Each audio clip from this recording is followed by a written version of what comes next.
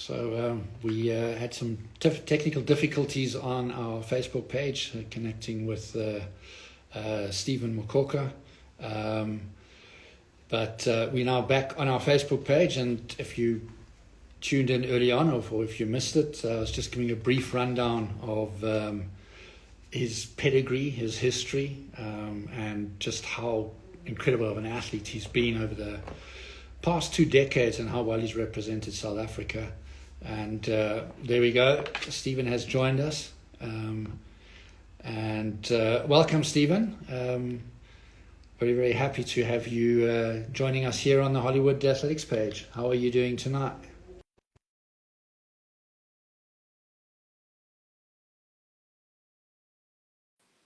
Stephen, can you hear us?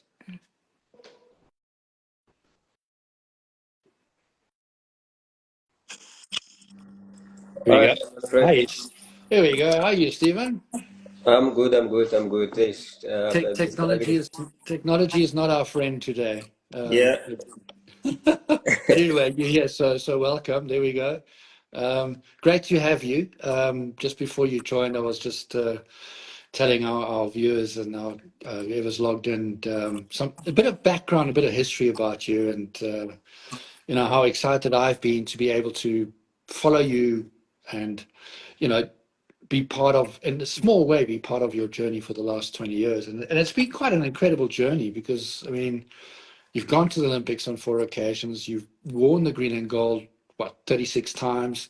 If my maths is correct, you got 26 national titles. I was talking about your 10,000 meter titles before you joined on. And then, of course, that incredible marathon 2 years ago where you ran 2:06:42, just missing the SA record. So, and of course, you've got the SA half marathon record, 59:38. So quite the pedigree. I mean, for someone who's been around for almost 20 years at almost the top level, when you look back on your career, and I know your career is still going on, what sort of stands out for you? What's sort of like the big thing that's gripped you, and what has made you to be, or has allowed you to be able to just keep on going? Because so many other athletes have, they've been around for 5 years, 10 years, maybe 15, and then they go. But 20 years later, you're still here and you're still setting records. I mean, firstly, thanks, Manfred, and thanks to Hollywood Athletics for giving the platform. I think with my career since it started, I've never been in an atmosphere where I get to speak or I get to engage, especially with the fans, with the athletics family. But since I joined Hollywood Athletics, a lot of things are happening. Sometimes I wish they happened when I was still young, but I can say being part of Hollywood, it's exciting. It shows that maybe once one retires or one hangs sparks, there will be a good platform for the athletes. It's something that I wish I got when I was very young, but it shows that the world is changing, So I can say my journey it's very, very short, but some people believe it's very long. But just because of I've been on the screen for quite some time, I've been on the newspapers for quite some time, so people think that we've been talking about this man for a very long time. But people don't stop talking about Nedbank, Absa Bank, or whatever banks that have been in existing or other businesses. So I regard myself as a business. I regard myself as a product. I regard myself as a brand. Hence, I'm still going at the rate I'm going. So I can say I took my career in a certain way. I started at school first, and then I think when I graduated at Val, after studying, my mom gave me a green light to start the athletics career. So I can say I had my late mom was kind of very strict, refused me to get into the space while I was not mature enough, while I was still young, while I was all over the place, so that I can get confused by races, maybe specifically over racing, over training, not being able to plan my life, in terms of running or my space. So I can say that's what we lack actually in South Africa, because in America, in China, in anywhere, you go through university level first. So in South Africa, the structure is way different. You run a 10K at a 27 minutes day, you are an A-lister, but you are not a professional. So we tend to find it hard to differentiate between a professional athlete and an elite runner. Any person can be an elite runner, but not everyone can be a professional runner. So I can say for me, it's all the processes from cross country, going through school, deciding to leave track at some point and tasting a marathon. I think some people don't even know. I started running a marathon while I was still running those times that you spoke about earlier, about running a 1500. I think it was 2010 when I That's finished right. second. But I was running a marathon at that time. And some coaches' philosophy was like marathon finish speed. So, it's all those things that I've got my own belief system. I remember yesterday, one of the guys that I trained with, when we do long runs, Tepotite, after breaking national record a few weeks ago. Yesterday, after our workout, he's like, Stephen, I was watching your bio. You do have an 11 seconds on 100 meters. You got 24 seconds on a 200. You got a 50 on a 400. You got 148. And I even watched your 148. When you ran 148, you just ran one even speed all the way. You ran from like 100 meters to the ultimate 56 now, because they are shocked that I joined them for the speed, trying to get my legs faster. And then when I say I'm going to do like a certain kind of training, when I join them, they go like, no, this is too much, man. They even call me a man. So I can say I'm still in a process. Some people are asking when I'm retiring, and I ask them, if I retire, where I'm going to work, because I chose this platform as my workspace. If people are told, given an opportunity like in South Africa, you work till you are 55 or 60, what is the difference for me not trying that? Quite ambitious, huh? And as you know, the body will know about it when you've run hard. So, but I want to go back to the schooling. That, I mean, you spoke about how your mother kept you grounded and focused and kept you in making sure you had the education. And when you finished school, you went to Vaal, and then after Vaal, you went to TUT. And even during that time, you were always able to make sure that um, you you were able to pick your races. I mean, if we look at the South African context right now, a lot of runners are running virtually every weekend because they need some money. Even before you had your first contract, you picked your races. You were able to pick your races and you were able to survive. And I think that's one of the things that I really wanted to ask you about, because a lot of athletes are struggling they got huge potential, but they're almost over racing because they need that extra money to survive, because they don't have contracts, or the contracts are not enough, whatever it is. How were you able to, when you were still a student, when you didn't have a contract, how were you able to pick your races and still almost make a living out of it? I can say, to answer to you, Manfred, it like I say, I was forced. I remember back in the days, my best friend Chaman Ositon used to tell me that you don't like racing, and I'm like, bro, nah, I want to be one of the best in the world. And if you want to be one of the best in the world, you're not gonna do work every day. I regard myself as an executive in my own space, in my own company. When you are an exec, you assign tasks. So for me, the tasks that get to assign to me is when my coach says to me, it's a long run today, or it's a hill work today, or it's a speed work today. And I will plan my year. I will say, I've got 5-10 kilometers that I'm going to do this year, and 221s. That's it. And then I will be doing track and cross country for speed development and cross country, whereby I'm going to build some strength and do mobility work and all those things. But racing, I always tell people, there is one thing: the tire of a car is finished by a black road. So imagine your joints, your muscles on a hard surface every weekend at that kind of speed you're moving at, that intensity you are using, the joints are going to get finished, the muscles are going to get torn. And if you do it race week in, week out, my question is always, if you ever got a race in Limpopo, you have to travel to Limpopo and you have to travel on time. That means you're going to cut the program. And when you cut the program, you need to travel, you need to race, you need to come back.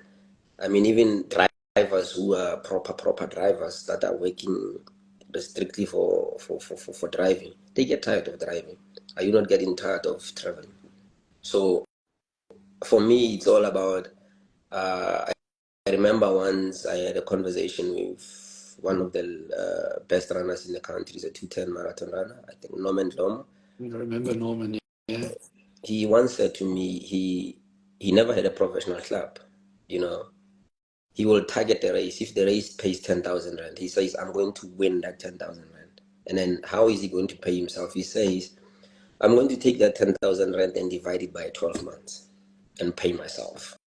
That's strictly how it is. And then he said, if I go to another race, I'm going to add my salary. So his salary was based on the 3-4 races that he chooses a year, you know, and it built up and built up to a level whereby he says, now it's time for me to start saving, or it's for me now to start saying, out of the 10,000 that I got, I'm going to use only 10% for myself and invest 10% for my career and invest 5% for my retirement. Because the problem with us runners is that you'll go to a race like over the weekend. Some runners will say, I'm going to train in a race, but you find them leading the race. How are you training?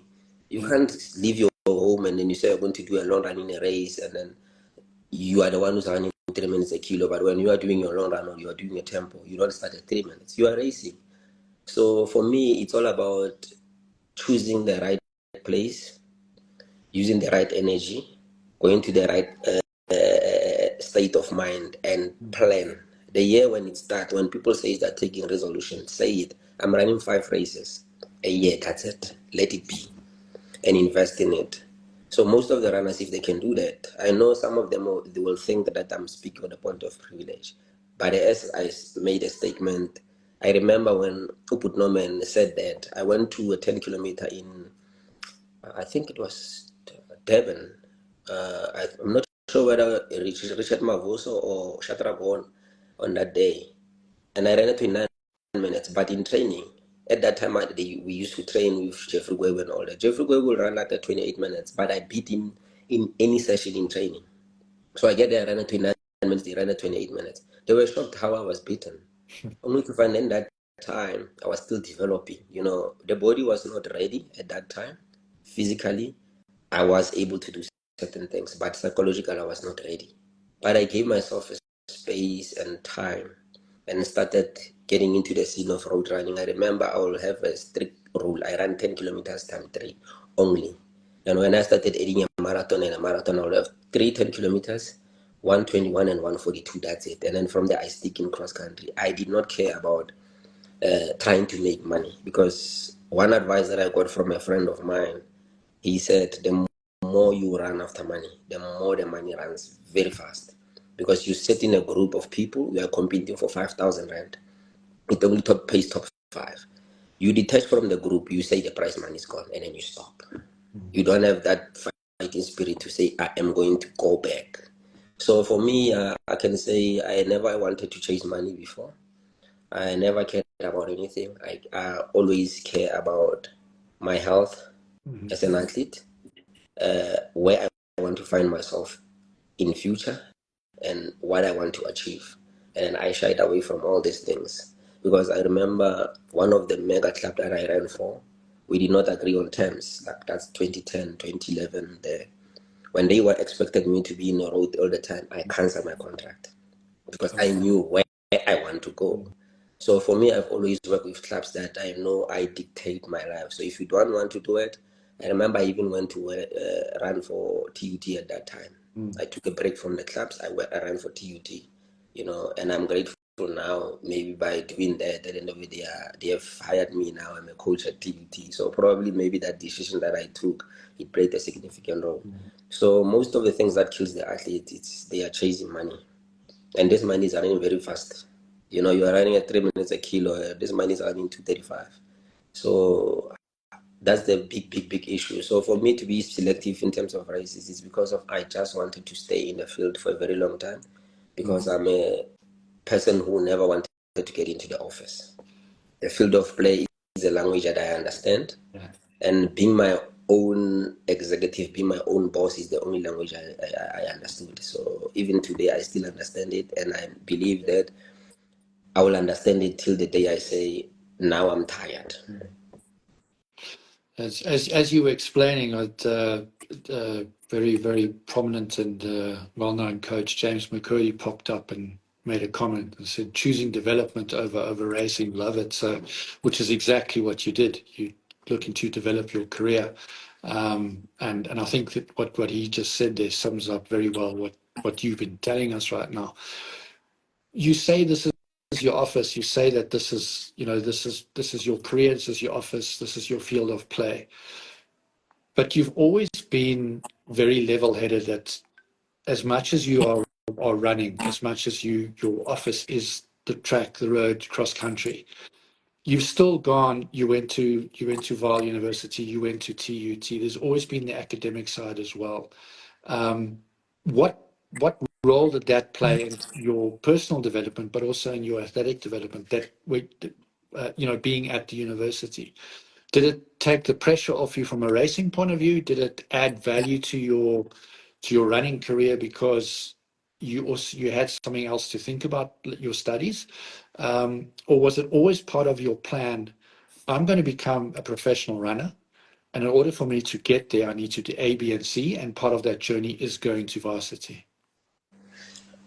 I think running, it's life. I think running is if you don't plan, if you don't set goals, if you don't know your strength, if you don't understand your weaknesses, it's not easy for you to make it in running.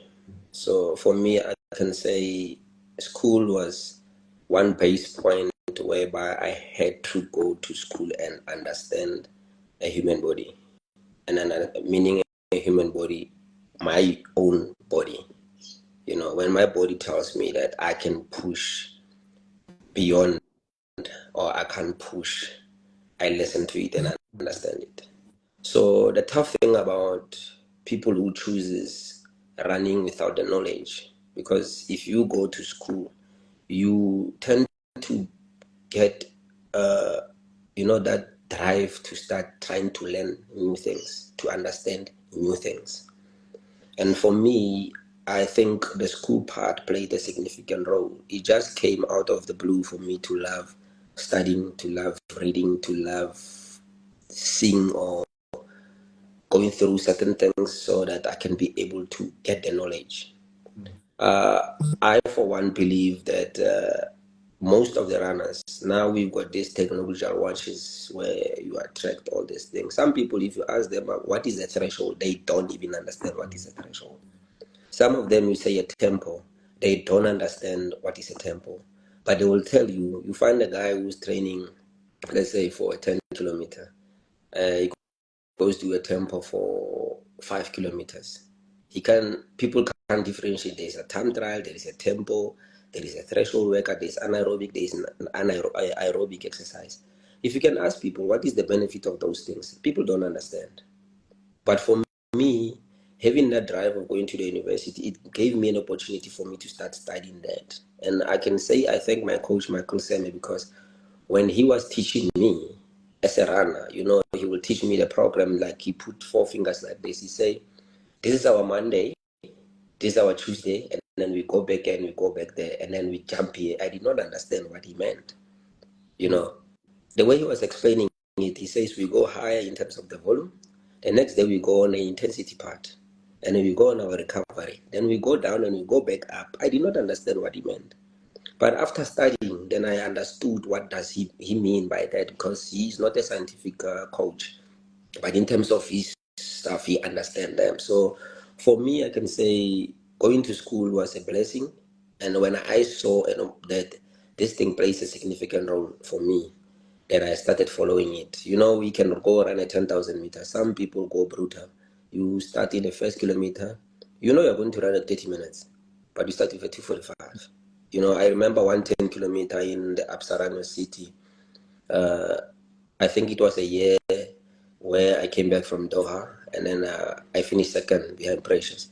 If I can tell you what my coach told me before the race, he's like, before you reach this point, you must make sure that you are gone because your legs now are from a marathon. But if you can reach 9 kilometers with these boys, you are not going to win the race. I remember when Precious made a move, I was like, well, how did my coach understood this? But the first kilometer, I was not part of the race. Second kilometers, I remember I met the legs of Dalen. There were a lot of guys. They were moving like a 27 minutes pace, and there were other guys in front of them. When I found them, I asked them, "Are you guys going to run 27:30?" And they all look at me. I'm like, "But we are moving at that pace, you know." So what I'm trying to say is that people need to understand that the more you are going to hit too much on your body, especially if you're going to put a fatlet. There's people who believes in fatlet. When you do fatlets, it kills more caps. You use so much energy, you lose a lot. But if you run a consecutive pace, you save a lot. And the more you save is the more you are able to use in a later stage. So me going to school, those are small stuff that I've been learning throughout my career, and I'm grateful that I got an opportunity at TUT. I got an opportunity to UT, and I'm studying there, and then all these things I'm learning. So I can say I urge those young guys, they might just go back to school. Running is not gonna run away from them. It's still gonna be part of their life. They're still going to have opportunity as long as they live. Wise words, very wise words. That Durban race that you were talking about, it was 2019 when you came back from Doha. You actually won it. And that was a week after you coming back from the World Marathon Champs where you finished fifth. And you when you came back and you won it, you shocked all of us so-called experts because, you know, we all thought you had the marathon in your legs and there's no way you're going to win a 10K. But you did. So some lessons there for all of us, I suppose. I want to go back to that 15 kilometer, that 1500 meters that we spoke about earlier on, which was 2010, 21 March 2010 to be exact. And you ran 3:38:55, which is still your PB, for the 1500. And I remember I was saying to our viewers before you logged on, the gun went, Van Deventer goes, Cronje goes, Joan Pretorius goes, they all go, and you were just sitting, you were like 8th or 9th or 10th. And then at the bell, in typical Van Deventer style, you started cranking up the pace, you went and went. And as they came around the top bend for the last 100 meters, you literally went zip, zip, and you ran past all the 1500-meter exponents. And you had all that zip and speed in your legs. And that was the year that you went and did your, I want to call it your debut marathon, which was in Shanghai, where you finished fourth and ran 2:08:33. And I call it your debut marathon because I know in training you had done marathons. But that range of being able to run a 3:38 for a 1500 and a 2:08 for the marathon, that was absolutely incredible.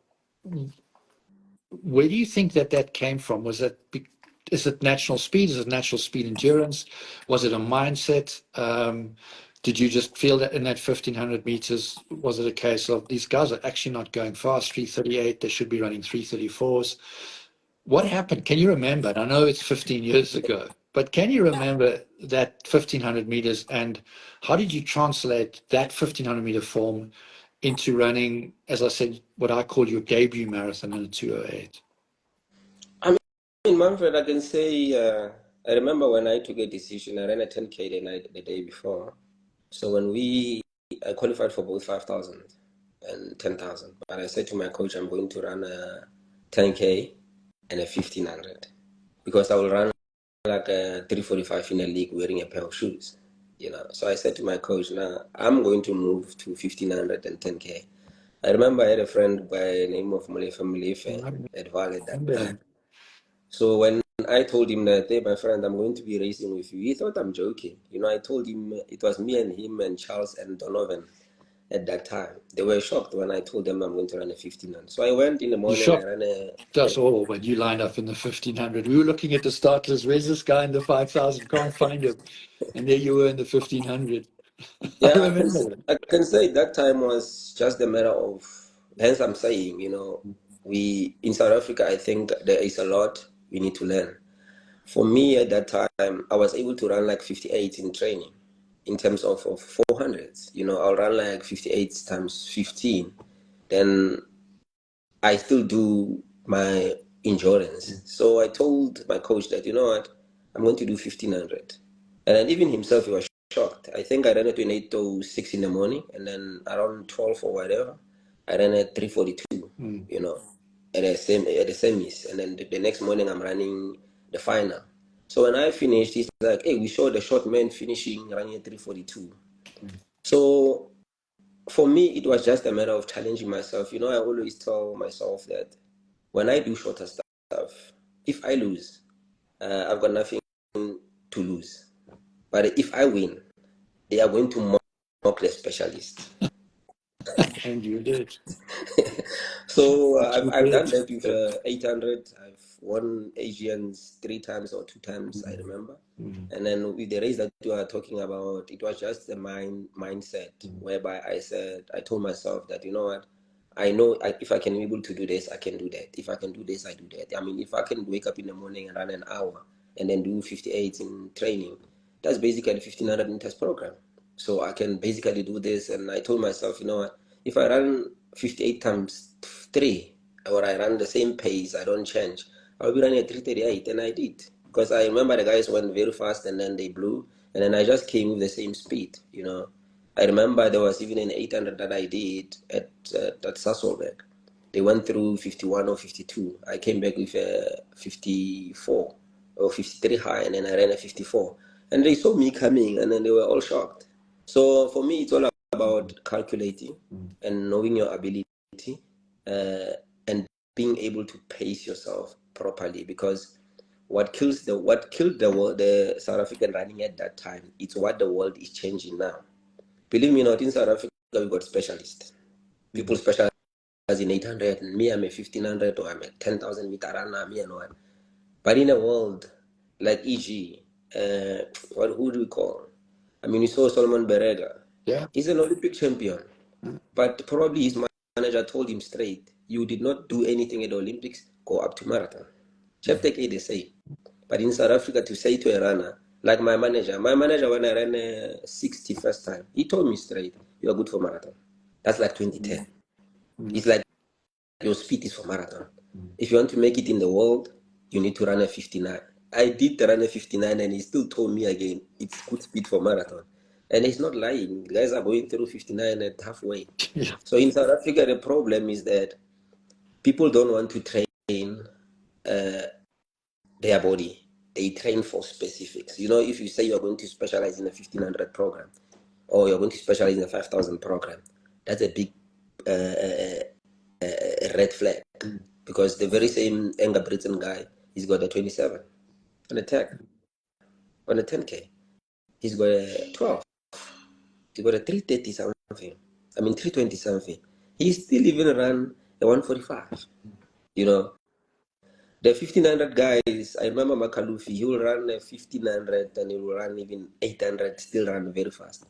And what shocked me when I met him during the time when we used to go to Prefontaine, you know what, that guy, we arrived at a hotel at Pre, and he said, my friend, let's go run 1 hour. And I look at him, I'm like, but you run 1500. And that's way, way back. And I'm like, no, let's go and run 1 hour. And we did run 1 hour. 4 days later, 3 days later, there's a guy ran at 348 in the mile. But in South Africa, say to a 1500 specialist to go run 1 hour, they will tell you, the coaches, that's not how it works. So for me, I can say the philosophy I had back then, it's coming to light now. That in this space, you have to be able to do everything. You have to do your strength and conditioning. You have to do your endurance. You have to do your speed. And then the speed that you're going to do as a specific one, it's when you go to that particular race. Don't train for that particular race forever. Because you start with the endurance work, and then you pile it. 3 months before the race, you cut the endurance. and you think you are running a 400, even a 400 meters race is an endurance race. You can't sprint 400. You're going to run only 300 meters, and then the last 100 meters, you have to have an endurance. So I think at that time, for me, the mentality was that, you know what, I've got good endurance, I've got good speed, I'm going to run 1500. Stephen, we've got a lot of questions coming through. So I'm going to start throwing them at you. And there's also quite a few comments. Rowan James was saying that he was on the finish line in Osaka when you ran at 2:06:42. I think you guys actually met up. Kolani Mabida saying, I remember that race in Durban. We all couldn't believe it. Lendoda. So he was like, yeah, you basically stunned all of us that back then in 2019. There's a couple of other questions that come through. One of them from our resident journalist, if you want to call it that, Pumlani Nkosi. He goes like, what's your favorite country to race in and why outside of South Africa?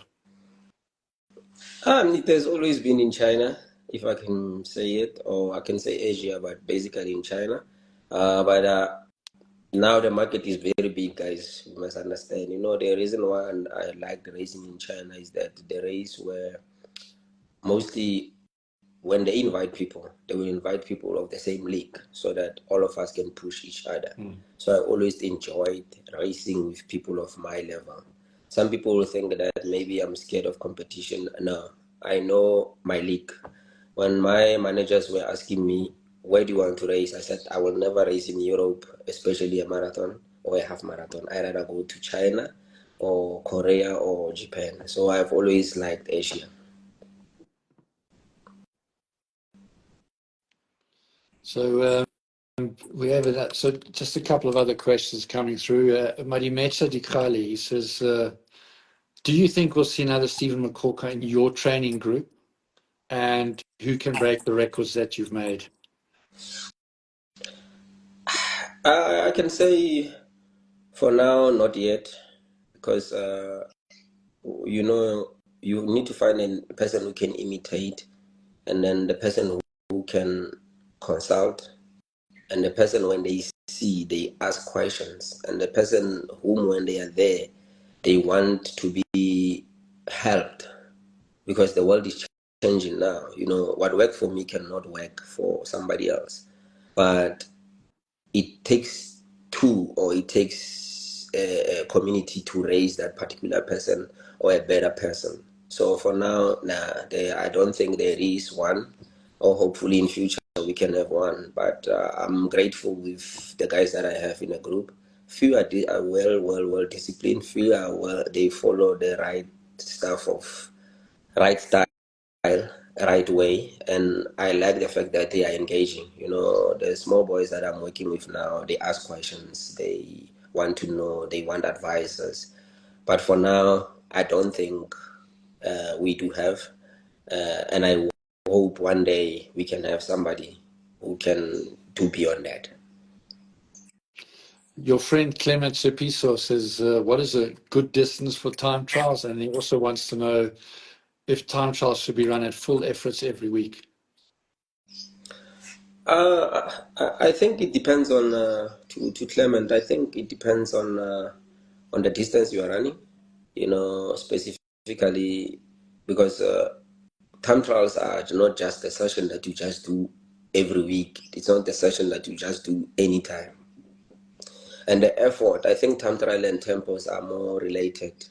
You know, it must not use that much effort. And the time trial comes after a specific time. You know, you need to build towards the set goal. So when you think that now it's a time for you to attempt, let's say you are targeting to run, e.g., let's say you want to go to Comrade, you have to build up maybe for 4 months and then go do the time trial. And the effort, when you come out of that, must not be an effort that is going to take everything that you have been putting at the preparation zone, you know, all the phases that you have to go through. So most of the people don't understand why time trial is used. So my opinion is that you need to put some work, and after you have put all the work, you know now the race is coming.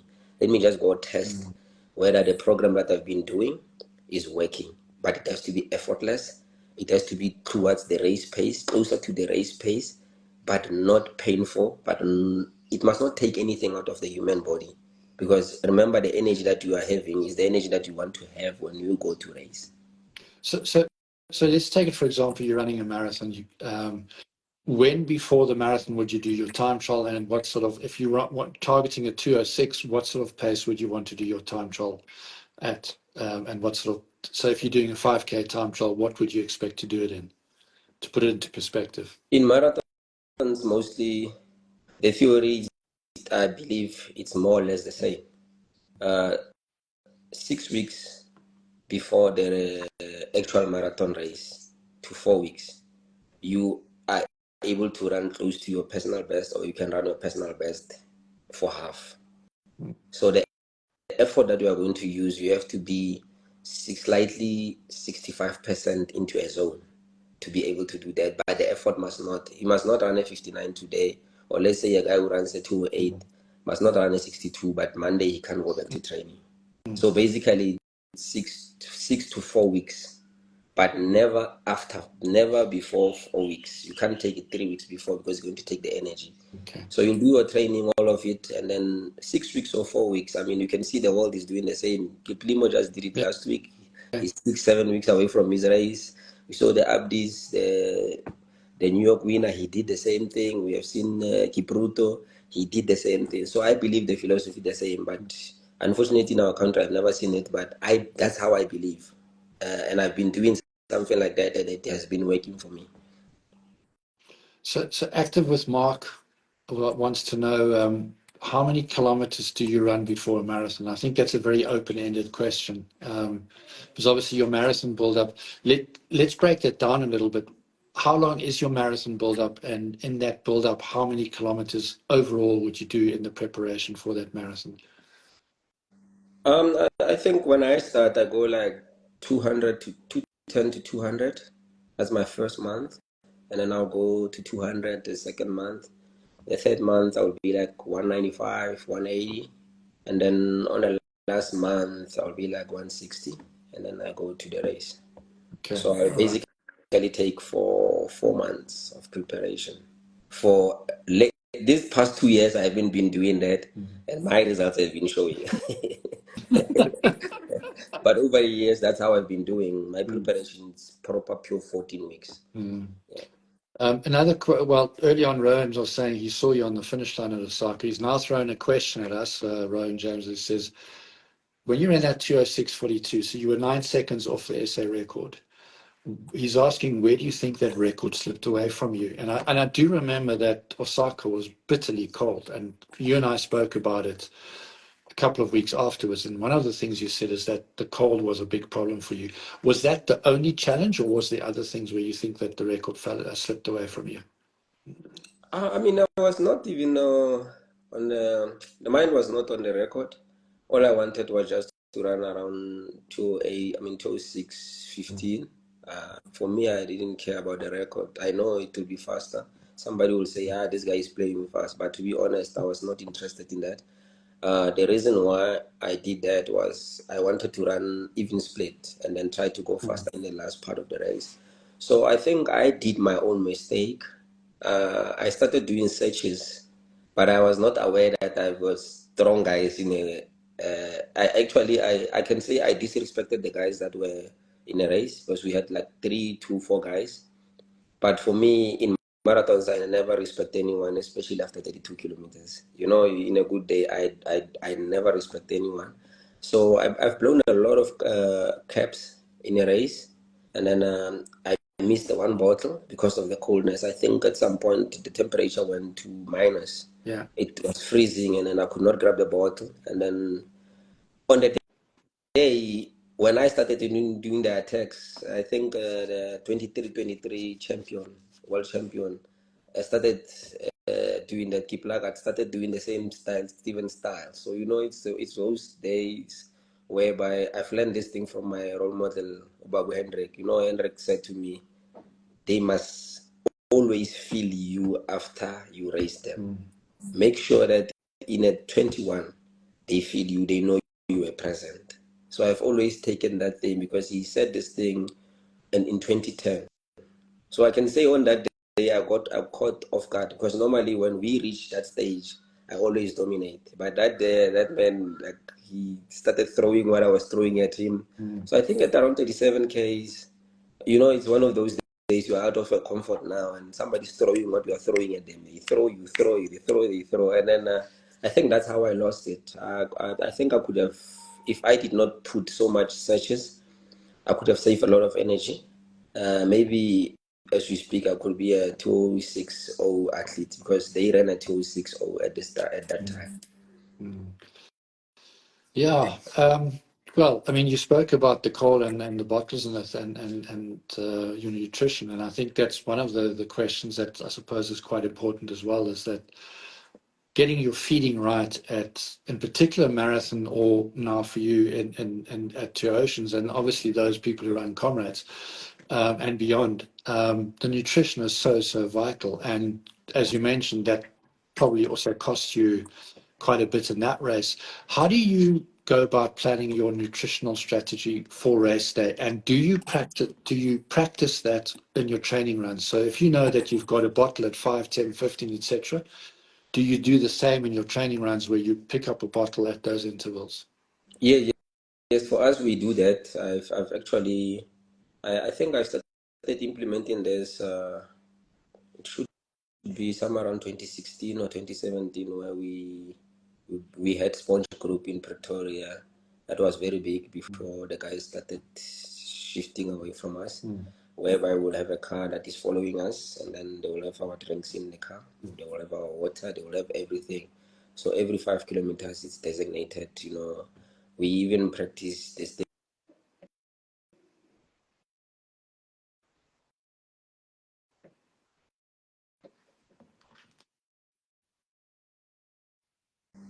It's important for when you are going to run a long distance to make sure that you get your full weight all the time. So some of the mistakes, we want to put something when you need it. No, you want to run, and then when you feel like the body wants water, now you want to put it. It's not going to play the role of the purpose, because now you are thirsty. If you need sugar now, it's not going to go to the right valves or the right pipes. So we do train like that, and I urge to the runners out there, please don't do long runs or long tempos without proper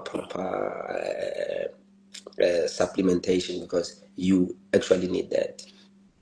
So the message is, what you're going to do in racing, you've got to practice and train. Yes, and especially make sure that what you use in training is the same thing that you are going to use in racing. Because I've had experience with the fellow runners when you go to overseas to race, somebody gets stitches, and then when you ask, or somebody get diarrhea. I remember at some point with my company, Rosa Associates, there's a certain sponsor that we have that gives us supplements. There is this supplement that always causes people stomach problems. And then they had to, after the findings, they went back and then fixed that, and then now it's working properly, because we needed that. But the problem is that every time people keep on talking about the stomach, so don't try something new in a race that you have never used. So it's always advisable, whatever you're going to use in a race, use it so that your body can adapt to it and get used to it. And I suppose it also applies to the shoes. You don't want to run a race, even a 5 kilometer race, in brand new shoes. You actually want to have tested them out before. Yes. Mostly the shoes. My coach always say it has to have the map of your leg. Okay. So you make sure that you use a specific shoe for a specific workout, and once you are used to it, you can put it away and say, "This is my racing shoe," but you know how it treats you. Because I've got the guys, I've got social runners that are telling me, the one that I work with, that I train, they will tell me that Vaseline is good. I when I listen to them, I'm like, okay, on the new shoes you put a Vaseline, but it's going to be slippery on your socks, you know. So I'm like, maybe if it works, because I've never done comrades, they do comrades, so maybe it works at comrades. But for me, I always advise them, come with the shoe, test it. Once you feel the comfort, then you use it. You mentioned Comrades. I've had a couple of people throw in the question, are you and when are you going to be doing Comrades? I mean, when we started our conversation, we spoke about development. So I'm trying to develop into an ultra. I mean, the first one was a 50K. I did okay. I broke the world record. Then I tried 2 oceans last year. I had some problems. In the road, where I have to stop at 53 kilos. Some people said to me, it's very close, you can go. I was like, no, not the way I'm feeling. I'm okay here. I remember I had a conversation with Edward. He's like, Stephen, you were like 6th place, man. Nobody's going to pass you at that pace you're moving at. I was like, no, Edward, it's a territory that I've never been at. Thanks for the advice, because you advised me on what to eat in the race day. I did eat however you told me I have to eat. Only to find out again when I speak to him, he says you ate very early. So, it's like he's showing me these things of ultra running, so I can say for now, let me develop through 2 oceans and other maybe Then we'll think about comrades. Omdidam or whatever, and then maybe after that I'll think about going to comrades. In terms of and very early on in the conversation, you were talking about this is your career, this is your life, this is where you want to go. One of the questions that have popped up is what happens post your competitive running? And I know you already are coaching, and I know you've always spoken about there's life beyond front end racing for you. And you've mentioned to me and to other people, administration is something management is something you want to look at. What is it that's, and you're probably going to turn around and say to me, that's far away in the distance, and I'm hoping that that's what it is. But what is it that's post your competitive career? Have you thought about that as, what you would be doing or would like to be doing? For now, I want to get into administration, but proper administration, not other administration, but proper administration. I would be grateful if I can get opportunity maybe to manage a club or maybe to work at a university as maybe a sports administrator. I would be grateful because this is the only language I understand. A bit of coaching there. I do offer coaching, but I haven't decided to coach elite runners yet because I don't have the what do you call it, stomach to stomach elite runners yet. But I do have some developing athletes like Milton Kekana, Mpom Taung, Malesela. There are a few guys that I'm helping. I'm just helping them, but I don't have the stomach to coach those. But social runners, I'm hard on that one because I love the energy they bring. You bring somebody who understands why they met you or why they want your services. So for now I'm doing coaching, but I would love to get into administration. But for now I love working with social runners. You find somebody who's working from their respective place. When you say to them, I want you at a long run, when you say to me, I want a specific pace, they will tell you, coach, yesterday when you sent the program, you said you are moving at 5 minutes. Why are you changing it today? So those are the kind of people, because the energy that they bring and everything that they come with. If somebody tells you that I'm very given person in terms of my body, but I want to go a little bit leaner, I say, let's work together. And when I put the program in front of them, these people, they do it at an ace. But if you lead the runners, some will tell you that you are making us run your program. We are not the best in the world. The program that you are doing is killing us. And then you find them doing secret training and all those things. I don't have the stomach for it. Here's a question from James McCurdy, who you know. I mean, obviously coaching Tabelo Ramakongwana. Question from him is: what are some of the biggest mistakes you feel that you've made? How has that affected your performance, and what would you have done differently, to fix those mistakes if you look back now? I think I'm not sure if I have to go. The big mistake that I've ever made, specifically in terms of the World Championships, I think I could have medaled in 3 World Half Marathons, but I will take you back to 2009. I wasn't aware that I have to do a long run at a specific pace. And I was not doing the long runs. So if I did do them, I could have probably medaled at that time, because at that time the market was not too big. There were not too many athletes, but I finished like 8th. And when I went back again to the World Championships, I focused on the long runs. I did not do the speed properly and the proper tempos. Thirdly,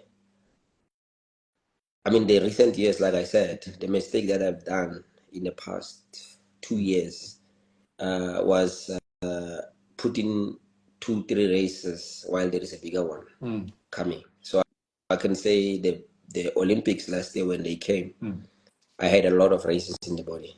Yeah. And you know, when you run a 209 or you run 208, people think you are the best in the world. When you run 210, they will say, no, you ran very well. When I came back from the Olympics, I was disappointed. Yeah. But I look at how I went through the process of going to the Olympics. I was not ready to go to the Olympics, because it seems like I disrespected the Olympics. Sure. So the mistake I made was not to cut the races and focus at the Olympics and do all the things that I needed to do. So I think there are a few mistakes. If I can take you through all these things, you will even laugh at me. I think the previous World Cup that I went, when it started to pain, I used to believe that if it's paining on me, this one is worse than me. But I decided to say to Tabang, you can go with the group. And then I never came back. Oh. So I think there are a lot of mistakes that I've done in training, in terms of the nutrition. There are a lot of them, of which I believe if I did not make those mistakes, I would be a decorated athlete. I could be having a medal at the World Championships as we speak, or Commonwealth, or World Olympics. You mentioned like 208, 209, 210, are you world class and so on. If we look at marathon running right now, there's been just particularly just after COVID, we see so many guys running 202, 203, 204, 205.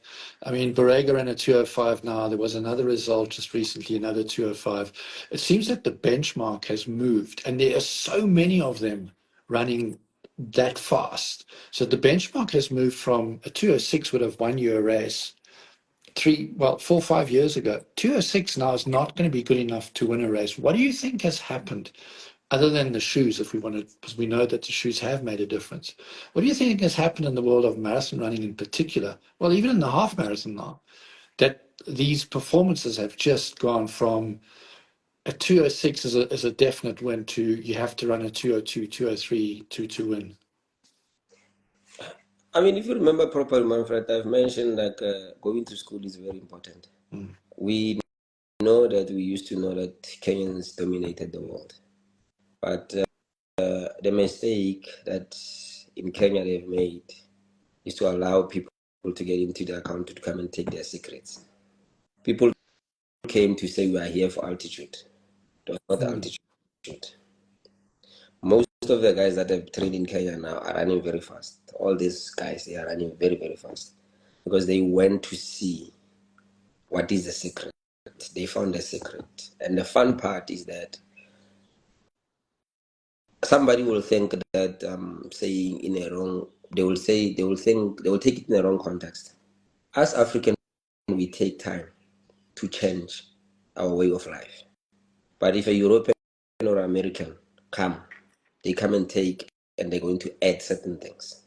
That's why you find a lot of Europeans now, they have changed. A guy comes from 214, then run a 207. Look at the Americans now, they're going ballistic. Yep. Yeah. So people went exploring, going to places and get the information and sat down with the information. Some went to collect the data and put it down. And after collecting this data, they will say, why is Kiplimo so economical for the entire 21 kilometers? They go there, they train with him, they see how he does things. All those things they gather. And after gathering it, they go out there and they implement it, and people just changing. So, it's not only the shoes, and on how people start conducting themselves. I used to have, there was this white way of coaching. They say you push today, tomorrow you can't do anything. You must just recover. But now you find the white guys are doing double threshold. They can do a threshold in the morning, do it out late in the afternoon. But back in the days, they will say we are crazy when we're doing something like that. So people just started seeing what works, and then they started implementing that, and it changed everything. So there's a question from Chifutwala who wants to know, what do you eat before a race? And I think that's a very open-ended question, because I'm sure what you eat the night before a 10K is different to what you eat the night before a marathon or even an ultra marathon. I can say it's good. Caps is very important, guys. Carb loading is very, very important. I used to be a guy who believes in their own pap, but I never get my pap in races. Some people will say pap is not good. I've got guys that tells me pap is not good, but I ask them a question. Go to Kenya or sit.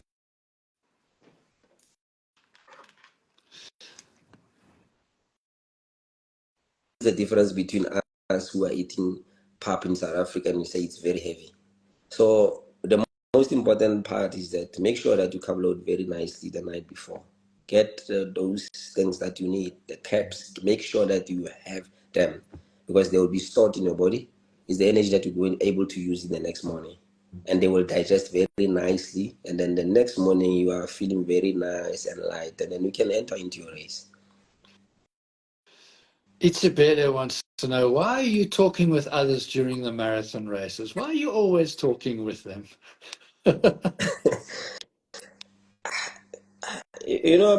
My belief is different, guys. Viewers out there and people that have joined us, and thanks very much for joining us. I mean, who wants to drive a car not talking to anyone for 2 hours? Yeah. Who wants to sit on the desk not saying anything? So you can't sit in a car for 2 hours and just listen to music and be on your own zone. You've got to. If I'm listening to music, I will end up singing. Well, maybe there's a career there for you at a later stage. Who knows? Yeah. So for me, it's all about when we are running, we must have fun. When you are running, we must check on each other if we're okay. Some guys, you might see me talking to them. Maybe he missed a bottle, then I ask him, don't you need water? If he says I want water, I will help him. Or maybe we bump on each other, then I'll be able to say, sorry, my friend, we're turning on the corner. So for me, when I'm racing, it's not only about the eye on the ball, the environment I'm at, I have to be comfortable at it, because I believe that if somebody pushes me unintentionally, so if they don't say sorry, I will think that they did on purpose. If I'm running with you and I can see you are suffering, and I'm not saying you are my fellow brother, we are competition, but you are still my brother. Sometimes the pace drops. For me to be able to run a marathon, I'll say to my friend, I see you are a strong one, let's push. I remember I lost one race. No, I've lost 2 races in Shanghai, whereby I think the other one I was beaten by the former Cape Town winner. I think I'm not sure, it was 2013. And then I made a move, and then he told me that you're going to die. And I said to him, if I die, you are dying, And then later, after he beat me, he was like, if you didn't make that move, you were going to win. And I remember at that time again when I was chit-chatting with some guys it was me and Loyangata, the former Paris winner. So before the race, my manager told him, even if you can be a 206 guy, but this guy is going to beat you. So he was telling all these guys from our group that I know you Kenyans always look at yourself, but this one, you must watch him tomorrow. So I think we were at 37Ks. Then I said to him, I'm leaving. Then I left. At 38, he's like, my friend, don't go. It's going to kill us. I'm like, no, I'm leaving. This guy, I think I last 1K, he passed me. And then even himself, when you get to the race, he's like, my friend, you are going to win. But the problem is you left too early. And I look at him, I'm like, I wanted to kill you. so that I can have my own freedom when I'm running. So I can say all those things is tactics. I mean, if you listen to Mo Farah's one of his interviews, he said marathon is different. In the 10K or the 5K on the track, he said he used to toy with people. Yeah. If you remember properly. So I can Absolutely. say I can say even me when I run, it's just a matter of playing mental game. Sometimes even if I'm struggling to catch my breath, but if I talk to you, you'll think,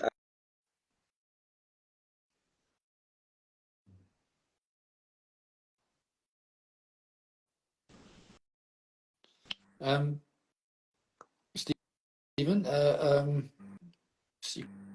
can you hear us? You seem to have frozen there you're back. Sorry. Okay.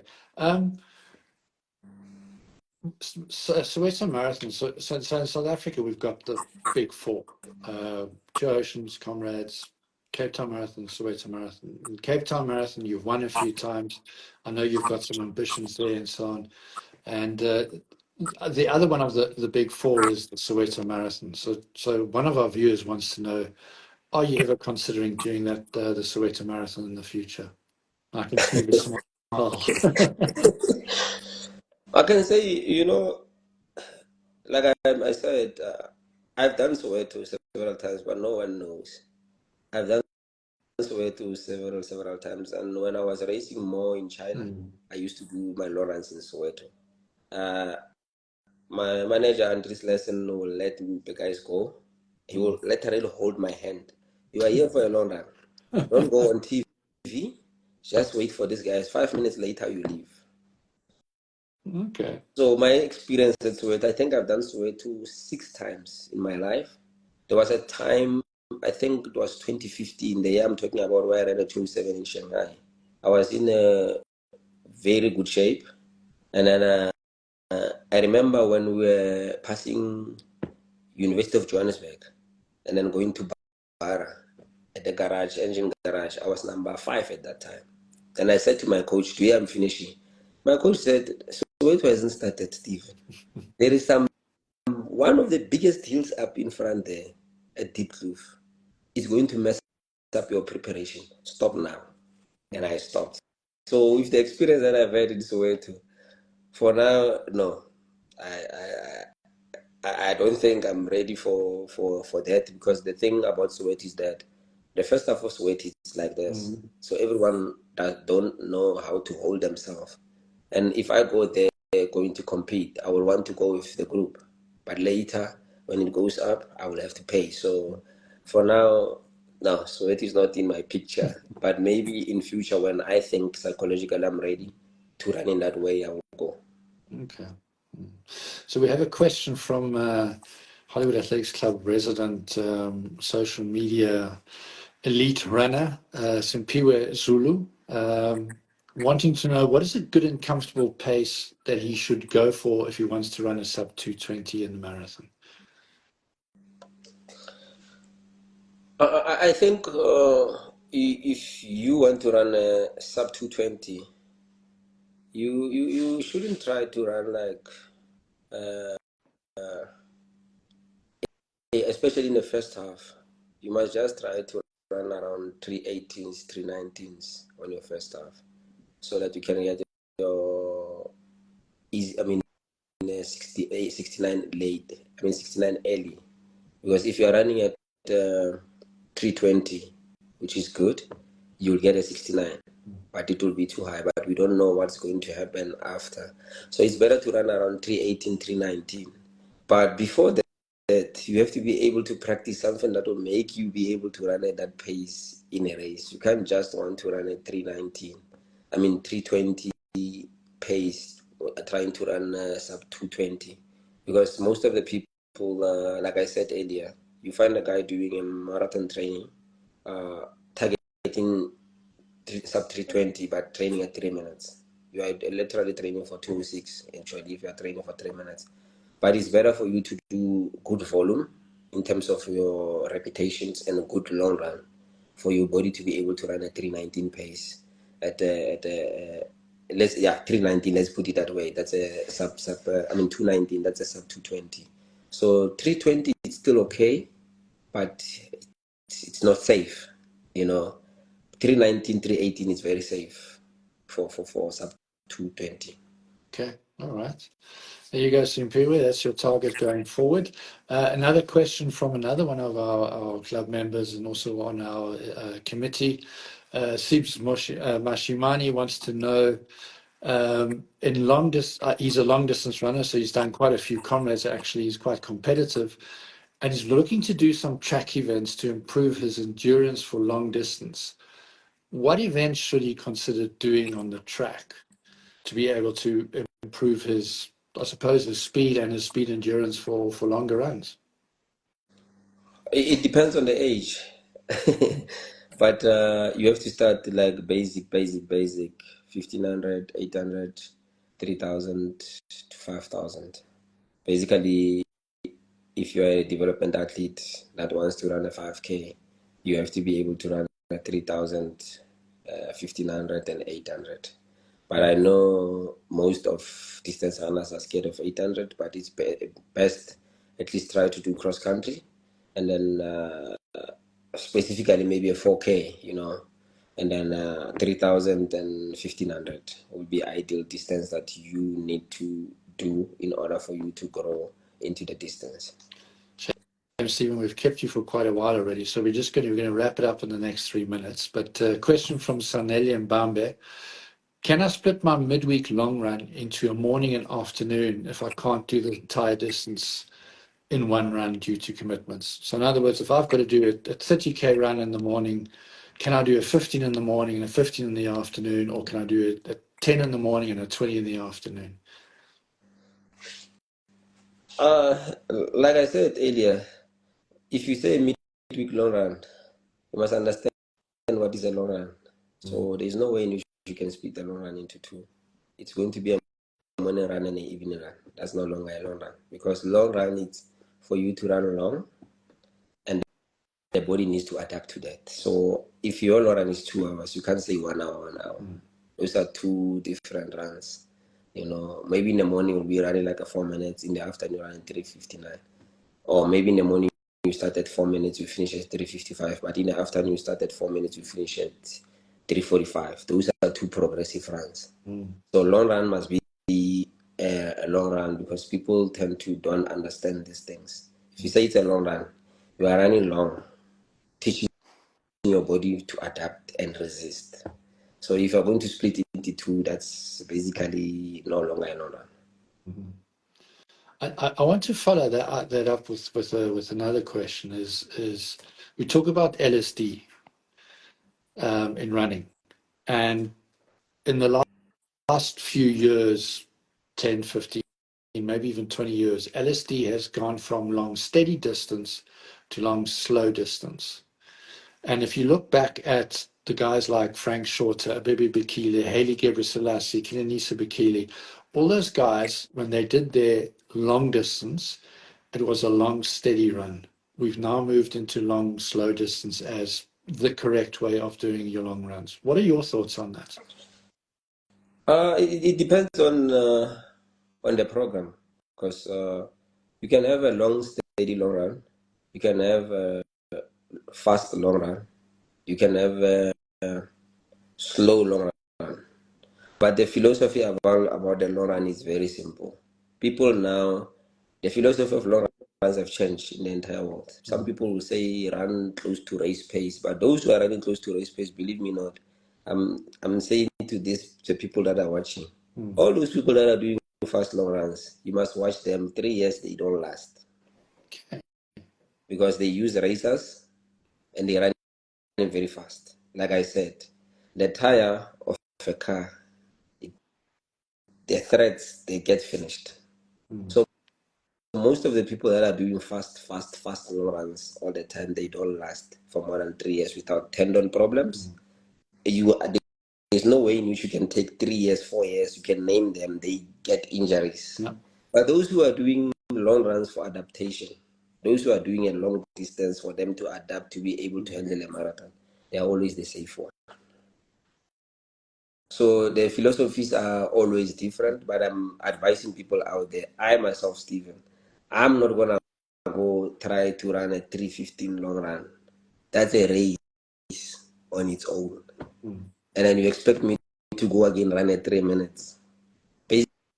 Basically, if I'm going to have 40Ks in a training in 4 months, there's no way in which I'll be able to do that this year twice. I mean, 8 times. Next year, 8 times that other time, and I never had a tendon problem.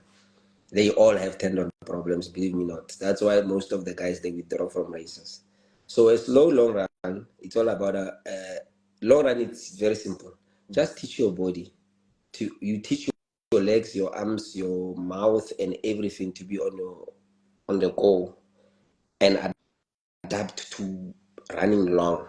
And it will also even teach you if you are running very nicely and slowly, you even hydrate properly. Some people misses even bottles in a long run because they are trying to go fast. So it changes their philosophy of long runs. So the old way and the new way, hey, it's way different now. Eh? We are running out of time, and you've got daddy duties coming up. I'm pretty sure. Zint in the background is going. It's your turn now. Final question for tonight, and thank you for being so patient. What about becoming an athletics commentator?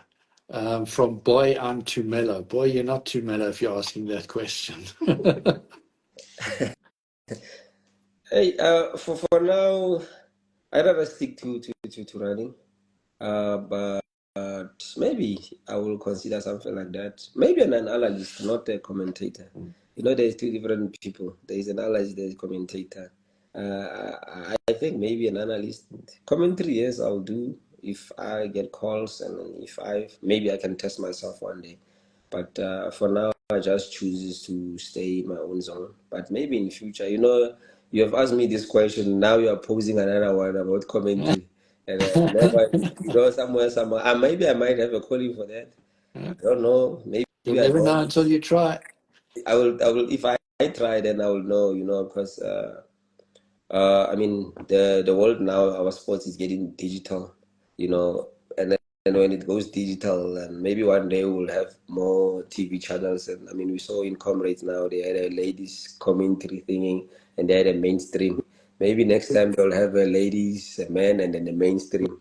Maybe they can try me on the men's side, where I'll be just doing commentary about the guys, not the mainstream yet. Then maybe if I'm developed well, I can get into the Your mainstream. wife just said you'd make an exceptional analyst. Shout out to Zintle. Yeah. Stephen, thank you so much for your time. You and I can go on for hours and hours and hours, and invariably when you and I sit, we actually do end up going on for hours. And maybe we should do this again in the future because there's still so many questions coming. You obviously have there are a lot of people who want to learn from you, and I think you can add a lot to people's running. And I think maybe we should pick this conversation up at a later stage again and maybe focus a little bit more on the social runners as well, and maybe give them some advice as well, because we've been very focused on your career, on what's happening in the world of running, and been some great insight, and it's been very, very entertaining as well as very informative chatting to you. So I think I'd very much like to do this again at a later stage. For now, we're going to let you focus on the big Tom Two Oceans Marathon, but thank you for your time. Thank you for always making the time, and thank you for chatting to us. It's personally for me certainly always a great pleasure. No, thanks, Manfred, and thanks to Hollywood Athletics for the platform, and also thanks to everyone who popped in, and hopefully in future, maybe after the big Tom, prior to Comrade, like I said, I'm not doing marketing, but I'm just saying I do have few guys that are doing Comrades. So anyone who feels like they need some help or some services, they are welcome. And then, yeah, indeed, because we have been talking too much about myself, hopefully in future maybe we can have a chat about on other things, especially the social runners, people, those who are doing for health purposes, those who are doing for social cohesion and all those things. I will appreciate the platform because it's a big platform for me. I mean, having to sit like this, to be honest, Manfred, I'm comfortable. I don't mind going hours and hours. This is my space. People who goes to that level whereby they will say I've been in a specific place for too long. It's those who are not where they love being at. So this is my job, and I enjoy it very much. I mean, speaking about my career, it's something else. I've never got an opportunity before to speak about my career. I think it's the second time I'm going to say thanks to Hollywood. I remember the first one when it was arranged that I'm going to meet Rob, a few months ago, or it was 2 months ago, and now this one. So I can say I'm appreciative to Hollywood. I think I made a right decision by joining the Purple team, and thanks to everyone who have joined us. Hopefully, in future they do join, and then they alert other people out there that there is some insight at Hollywood's, and at Hollywood's they care for everyone, and I will appreciate that. Awesome. Thank you so much. The legend, Stephen Mokoka, there you have it. Watch the space. We will catch up with him again. Thank you for tuning in and thank you for watching. And be sure to follow our socials for more information on the Hollywood Athletics Club. And we'll see you again soon.